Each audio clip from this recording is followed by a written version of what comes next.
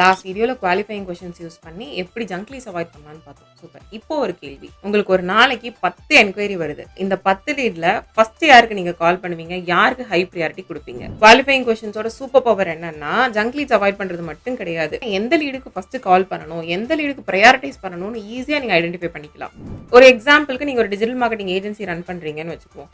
2 lead வருது. Lead ஏ உங்க budget என்னன்னு கேட்டதுக்கு 30Kன்னு சொல்றாங்க. எப்போ ஸ்டார்ட் பண்ணுவீங்கன்னு கேட்டதுக்கு இமீடியட்லி ஸ்டார்ட் பண்ணுவேன்னு சொல்றாங்க.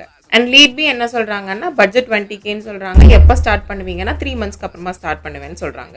இப்போ சொல்லுங்க, இப்போ இந்த 2 லீடுமே குவாலிஃபைட் லீடு தான். இதுல ஃபர்ஸ்ட் ப்ரியாரிட்டி யாருக்கு கொடுக்கணும்? கண்டிப்பா லீட் ஏக்கு தான். ஏன்னா அவர் தான் இப்பவே ஸ்டார்ட் பண்ண தயாரா இருக்காரு.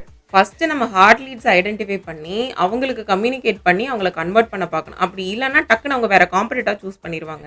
அதுக்காக இப்போ நான் லீட் பி அவாய்ட் பண்ணணுமானா அதுவும் கண்டிப்பா கிடையாது. ஃபர்ஸ்ட் நீங்க லீட் ஏக்கு ப்ரியாரிட்டைஸ் பண்ணி அவரை கன்வெர்ட் பண்ண ட்ரை பண்ணிட்டு அடுத்தது லீட் பிக்கு நீங்க ஒரு இன்ட்ரோ கால் கொடுத்துட்டு 2 to 3 மந்த்ஸ்க்கு அப்புறமா ஃபாலோ பண்ணி அவரையும் கன்வெர்ட் பண்ணிக்கணும்.